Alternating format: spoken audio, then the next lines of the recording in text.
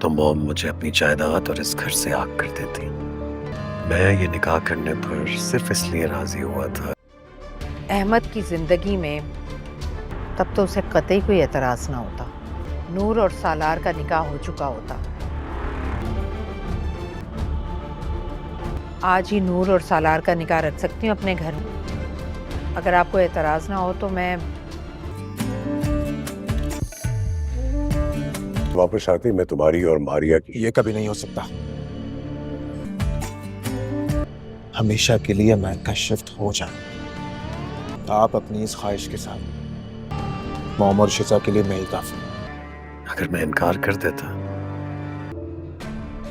تم میرے نکاح میں تو آ گئی ہو، تمہیں لگتا ہے کہ آج تم جیت گئی ہو تو یہ تمہاری بھول ہے، یہ میں تمہیں کبھی نہیں دوں گا، لیکن میری بیوی ہونے کا درجہ۔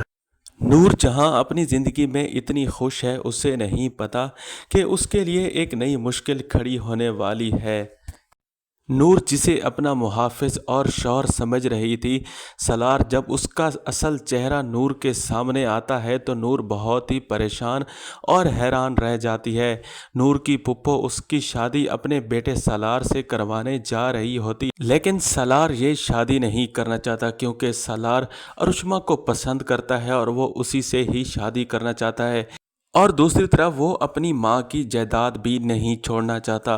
اس کی ماں اسے صاف صاف کہتی ہے کہ اگر تم نور سے نکاح نہیں کرو گے تو میں تمہیں اپنی جائیداد سے بے دخل کر دوں گی، اور سالار ایسا کبھی بھی نہیں چاہتا، اس لیے وہ مجبور ہو کے نور سے نکاح کرنے کے لیے ہاں تو کر دیتا ہے، لیکن اسے کبھی اپنی بیوی کا درجہ نہیں دے گا اور نہ ہی اسے کبھی اپنی بیوی سمجھے گا۔ اسی لیے وہ نکاح کے لیے تو مان جاتا ہے، لیکن اسے ٹارچر کرنے کے لیے جب وہ نکاح کے وقت نور کے پاس جاتا ہے تو اسے صاف صاف کہتا ہے کہ میں نے صرف اپنی ماں کے دباؤ میں آ کے یہ نکاح کیا ہے، میں کبھی بھی تمہیں اپنی بیوی کا درجہ نہیں دوں گا۔